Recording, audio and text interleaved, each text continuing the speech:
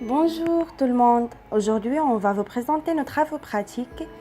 Le premier qui a comme but de mesurer la puissance en triphasé et calculer la puissance absorbée et la puissance réactive d'un récepteur triphasé.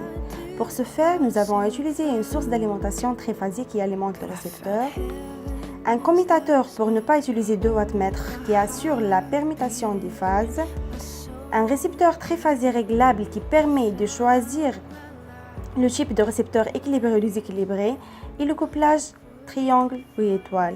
Nous avons utilisé trois appareils pour cela.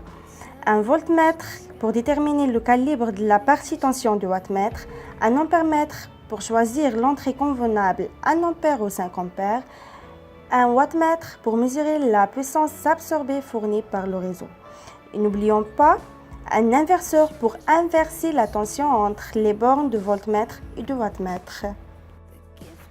D'abord, on relie la troisième borne d'entrée du commutateur avec la deuxième phase de l'alimentation et la première phase du commutateur avec la première borne de l'alimentation.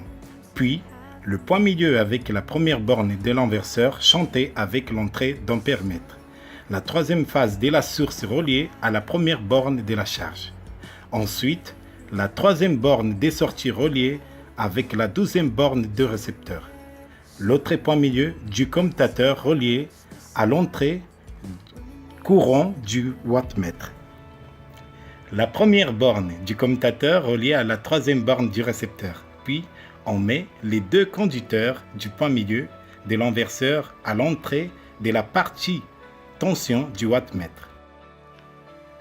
La borne 5 volts du wattmètre avec la borne comme de l'ampèremètre.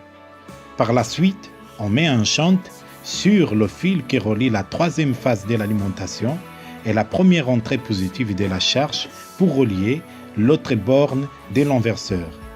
Sur la borne V2 du wattmètre, branchée avec l'inverseur, on met aussi un shunt pour brancher la borne plus du voltmètre.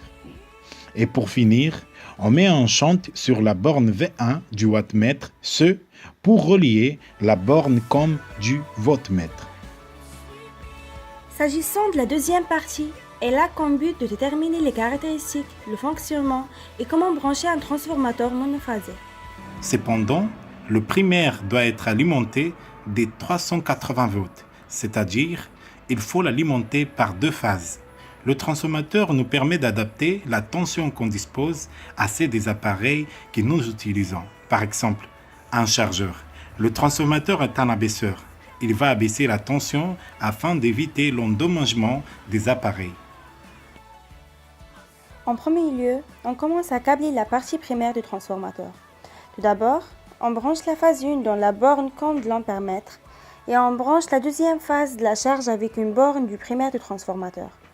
Après, on met un shunt au niveau de l'une des bornes du primaire qui relie la deuxième phase de l'alimentation et la partie V2 du voltmètre. Ensuite, on relie la borne 10 de l'ampèremètre avec la borne com du wattmètre. On fait un shunt entre la borne com du wattmètre et la borne 10 de l'ampèremètre pour le relier avec la borne V1 du voltmètre. Par la suite, on relie avec un câble l'autre borne du primaire du transformateur avec la borne 1 ampère du wattmètre. Après, on fait un shunt sur le même câble pour le brancher à la borne com du voltmètre. Maintenant, on relie la borne positive du voltmètre au shunt qui relie l'une des bornes du primaire du transformateur, V2 du wattmètre et la phase 2 de l'alimentation. Concernant le secondaire, pour commencer, on relie les deux bornes au milieu du transformateur pour avoir 220 volts. Ensuite, à partir de l'une des bornes du secondaire, on fait un shunt avec deux câbles dont l'un est branché en neutre de la charge et l'autre vers la borne positive du wattmètre. Après, on branche l'autre borne du secondaire à la borne comme du voltmètre. Par la suite, on fait un shunt sur cette borne au secondaire que l'on branche à la borne A de l'ampèremètre. Et enfin, on relie la borne plus de la charge résistive à la borne comme de l'ampèremètre. Pour la conclusion du TP1, on a U13, I1 égale à 0, car c'est une charge résistive. Donc, le facteur de puissance cosinus U13, I1 égale à 1.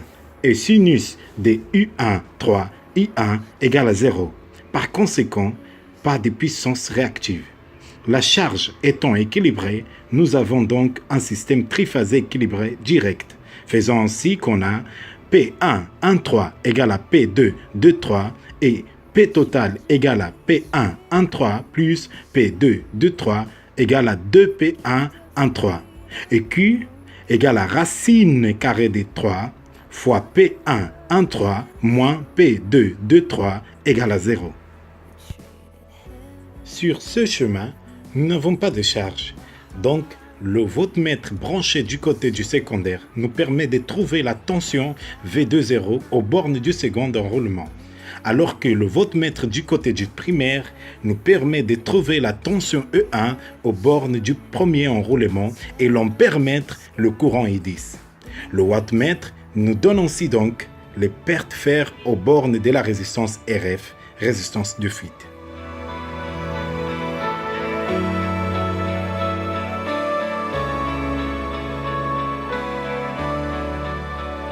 Merci pour votre attention.